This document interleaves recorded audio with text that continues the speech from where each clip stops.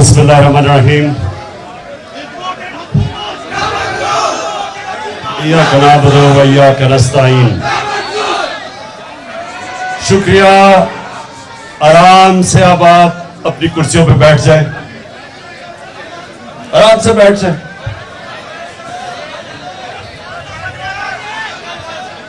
سب سے پہلے جے پرکاش، میں آپ کا شکریہ ادا کرتا ہوں کہ آپ کی اور آپ کی ٹیم نے آج یہ اپنی عقیدت برادروں اور ان کے رہنماؤں کو یہاں بلایا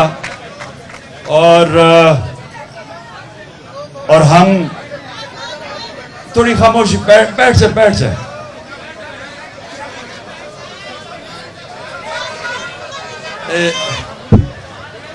آگے آ کے یہاں بیٹھ جائیں کیونکہ وہ پیچھے نہیں لوگ دیکھ سکتے. آ جائیں یہاں، ادھر بٹھا جائیں.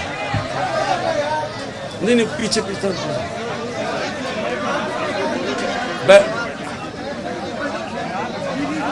بس یہاں بیٹھ جائیں. جی بس بیٹھ جائیں نا، وہ کیمرے لگے ہوئے ہیں. بیٹھ جائیں، بیٹھ جاؤ. تھوڑا پیچھے ہو جائے، ادھر ہو جائے، پیچھے ہو جائے.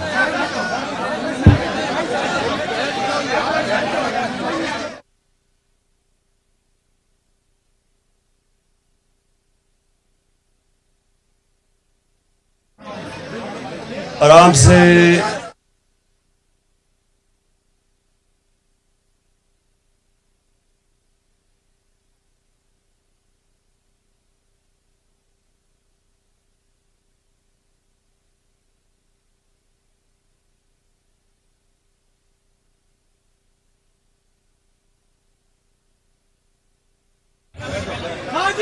بس اب ذرا آپ نے خاموشی سے میری 10 منٹ بات سننی ہے، اور اگر آپ زیادہ خاموش ہوئے تو شاید 15 منٹ پہ پہنچ جاؤں میں. دیکھیں خاموشی، ابھی نعرے کوئی نہیں، پلیز کوئی نعرے نہیں. سب سے پہلی چیز کہ میرا جو اللہ ہے وہ رب العالمین ہے، سب انسانوں کا خدا ہے. یہ آپ نے سب نے سمجھنا ہے کہ مسلمانوں کا جو رب ہے وہ سارے انسانوں کے لیے ہے.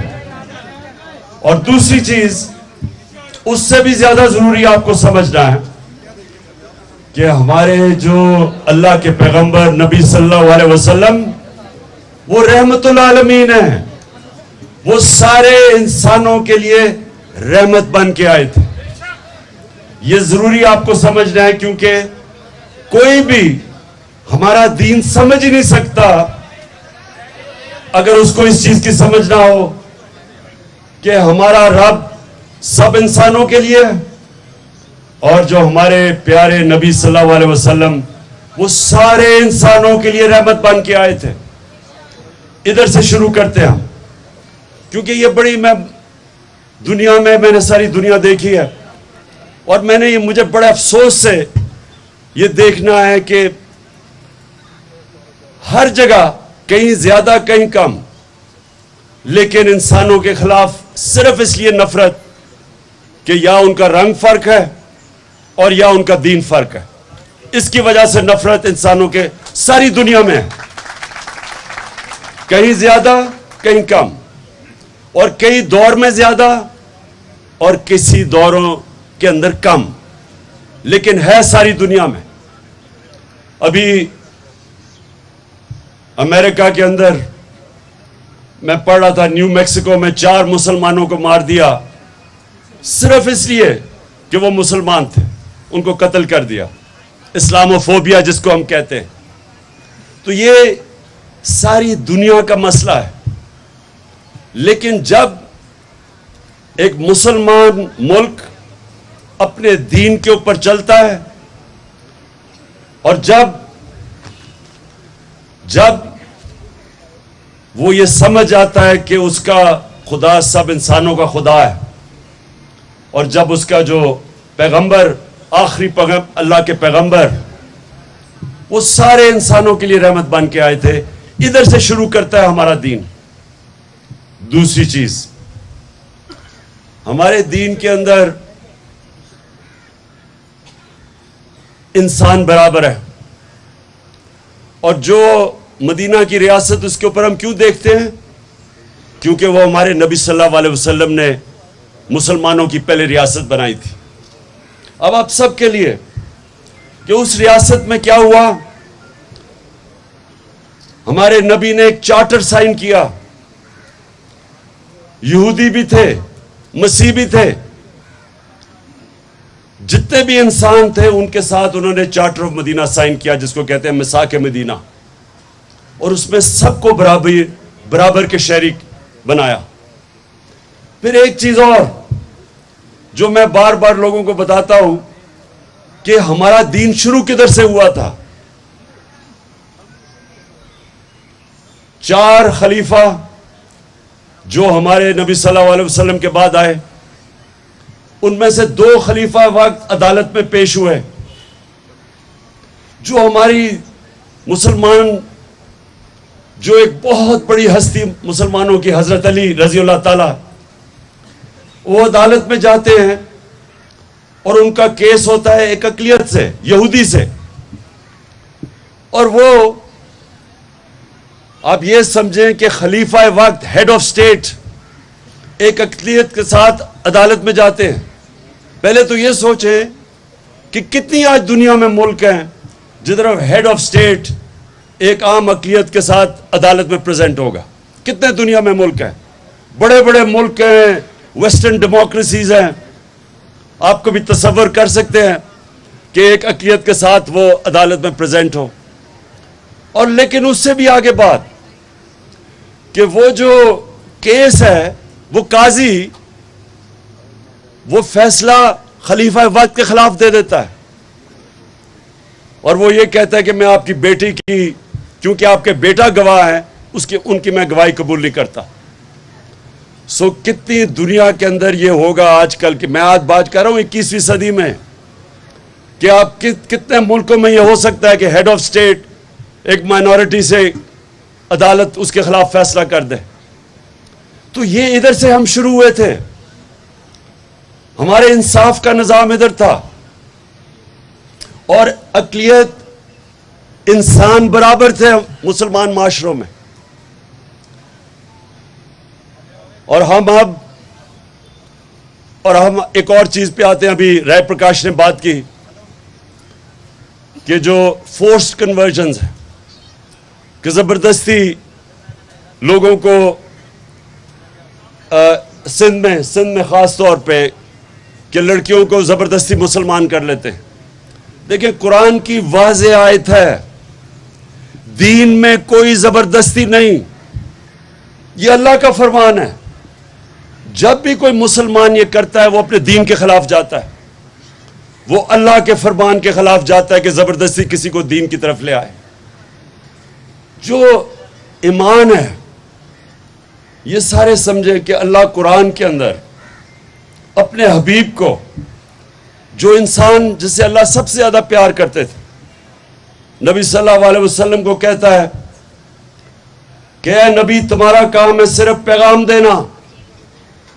یہ سن لیں ذرا، میں اپنے مسلمانوں کو بھی یہ بتانا چاہتا ہوں. اللہ اپنے حبیب کو کہتا ہے کہ تمہارا کام ہے صرف پیغام دینا. اگر وہ دین کی طرف آتے یا نہیں آتے یہ تمہاری ذمہ داری نہیں ہے. یہ اللہ کے اوپر ہے کہ وہ کسی کو ہدایت دیتا یا نہیں دیتا. سو یہ آپ سب سمجھ جائیں کہ یہ جو زبردستی کسی کا خیال ہے کہ مسلمان کسی کو کرنا، یہ تو اللہ کا تحفہ ہے کہ اگر وہ کسی کو ایمان دینا چاہتا یا نہیں. تو یہ بالکل میں پوری طرح ہم اپنے دین کے اوپر چلتے ہوئے اس کی مخالفت کریں گے جو زبردستی لڑکیوں کو مسلمان کیا جاتا ہے.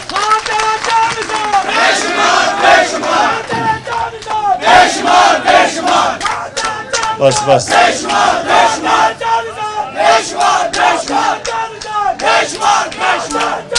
بس اچھا اب آ گیا ایک اور ایشو, اور وہ صرف ہماری اقلیتوں کے لیے نہیں ہے, وہ ہر پاکستان کے کمزور طبقے کے لیے ہے.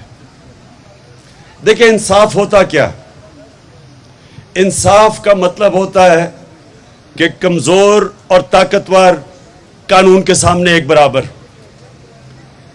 یہ سب سے بڑی چیز ہوتی ہے کہ ایک معاشرے کا جب اوپر اٹھتا ہے معاشرہ, تو معاشرہ اوپر نہیں اٹھ سکتا جب اس معاشرے میں انصاف نہ ہو. جو بھی دنیا کی تاریخ میں ملک اوپر گئے ہیں ان کا انصاف کا نظام بہتر ہوا ہے.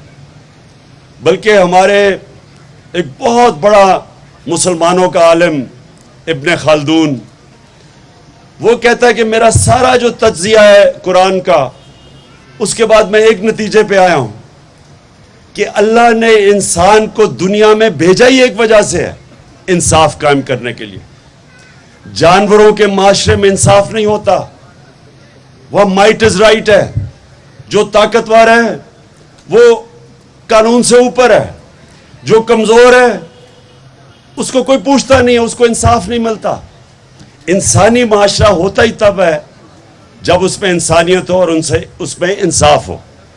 میں نے جب آج سے 26 سال پہلے اپنی پارٹی شروع کی تھی تو اس کا نام رکھا تھا انصاف کی تحریک. میں یہ سمجھتا ہوں کہ اس جدوجہد میں ہم سب کو شامل ہونا چاہیے. میں اپنی ساری قوم کو شامل اس لیے کر رہا ہوں کہ یہ ہمارا ملک آگے نہیں بڑھے گا جب تک یہ انصاف نہ ہو. انصاف کا مطلب ہوتا ہے rights, human rights. Human right کیا ہوتا ہے کہ ہر انسان کے حقوق ہوتے ہیں, چاہے وہ کمزور ہے, چاہے طاقتور, چاہے امیر یا غریب. جب تک معاشرے میں انصاف کی وجہ سے لوگوں کو رائٹس نہیں ملتے, ایک معاشرے کا جو پوٹینشل ہوتا ہے, معاشرے کی پرواز اوپر نہیں جا سکتی. مدینہ کی ریاست میں میں مثال اس لیے دیتا ہوں کہ وہاں ایسا زبردست انصاف کا نظام تھا کہ وہ لوگ جن کی حیثیت ہی کوئی نہیں تھی, انہوں نے چند سالوں کے اندر دنیا کی 2 سپر پاورز ان کے سامنے گھٹنے ٹیک گئی, کیونکہ انہوں نے ایسا زبردست انصاف کا نظام بنایا تھا کہ جو مسلمان بھی نہیں تھے وہ اس ریاست کا حصہ بننا چاہتے تھے, کیونکہ ان کو ان کی ریاست کا انصاف کا نظام تحفظ دیتا تھا. اور جب آپ کو انصاف ملتا ہے اور آپ کے حقوق کی حفاظت کرتا ہے ایک نظام, تو وہ معاشرہ اوپر چلا جاتا ہے. تو ہماری جو جنگ ہے آج وہ ہے انصاف لینے کے لیے, اور جو ہمارے ملک میں جدوجہد ہے وہ ایک چھوٹے سے ٹولے کی ہے کے خلاف ہے, جس کو ہم کہتے ہیں ایلیٹ کیپچر. ایک چھوٹا سا ٹولہ جو ملک کے اوپر حاوی ہوا ہے, وہ چوری کرتا ہے تو وہ کہتا ہے کہ میں قانون کے نیچے, مجھے NRO دو. مل کے وہ سارے اپنی چوری, اربوں روپے کی چوری معاف کروا لیتے ہیں, جبکہ غریب آدمی چھوٹی سی ہزاروں کی چوری میں جیلوں میں پھنستا ہے اور جیلوں کے اندر کوئی پوچھتا نہیں ہے اس کو. طاقتور چوری کرتا ہے قانون سے اوپر, اس کو ہاتھ نہیں لگتا. کمزور جب بیچارہ, اس کو کوئی حفاظت نہیں کرتا قانون. یہ ہمارا سب سے بڑا المیہ ہے. اور یہ جو رائٹس کی موومنٹ ہے, انصاف کا مطلب رائٹس کی موومنٹ, یہ چل رہی ہے, اور یہی ہے حقیقی آزادی کی تحریک. حقیقی آزادی, حقیقی آزادی, بس حقیقی آزادی تب ملتی ہے جب ایک ملک کا انصاف کا نظام لوگوں کو آزاد کر دیتا ہے. ابھی حال ہی میں دیکھیں, ایک اس کو ARY کا نیوز ایڈیٹر, سوچیں نیوز ایڈیٹر کے گھر میں, عماد یوسف کے گھر میں صبح کے 2 بجے پولیس گھس جاتی ہے. اب بس سنو ذرا, رات کے 2 بجے ایک نیوز ایڈیٹر کے گھر پہ پولیس گھس جاتی ہے اور اس کو اٹھا کے لے جاتی ہے. اور اس کی بیٹی, وہ کہتے ہیں بیٹی شوق میں تھی, کون کس گھر کے اندر اس طرح کا کوئی آ کے کسی کو اٹھا کے لے جائے. کسی مہذب معاشرے میں نہیں ایسے ہوتا. ابھی وہ شہباز گل کے ڈرائیور کی بیوی کو اٹھا لیا, اس کی چھوٹی سی بیٹی, کوئی فکر نہیں کی کہ وہ بیچاری اس کے اوپر کیا گزرے گی.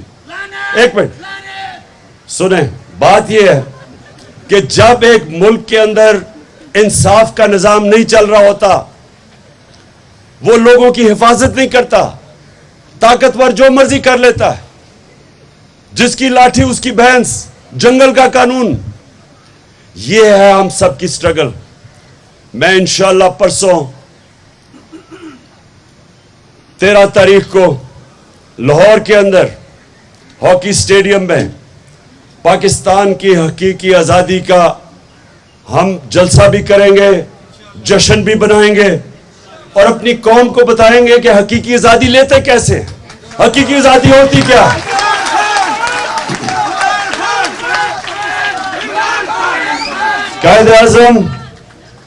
قائد اعظم آپ سب کو پتا ہے یا پتا نہیں کہ قائد اعظم نے جب اپنی سیاست شروع کی تھی تو ان کو ہندو مسلم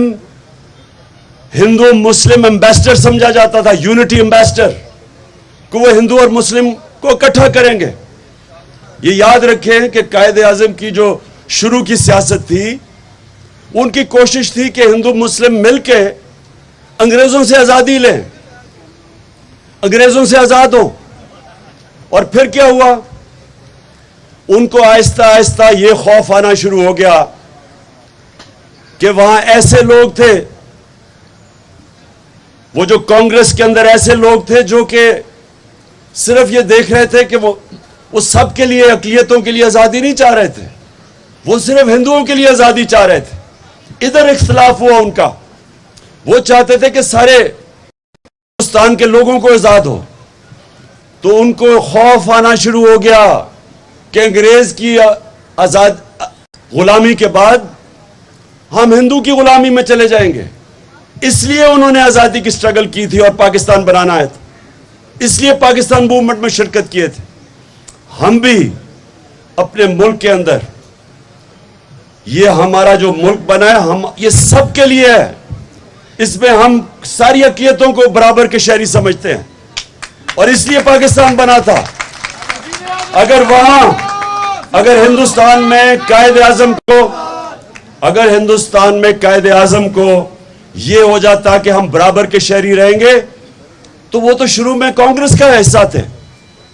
اس لیے آج پاکستان میں جب انشاءاللہ جب ہم پرسوں اپنی حقیقی آزادی کا جشن بنائیں گے, تو ہم اپنی ساری اقلیتوں کو بھی پیغام دیں گے کہ آپ پاکستان میں برابر کے شہری ہیں. آپ کے حقوق ہم حفاظت کریں گے, ہم ان کو تحفظ دیں گے. میں آپ کا سب کا شکریہ ادا کرتا ہوں. 11 اگست میں آنے کا. پاکستان زندہ باد.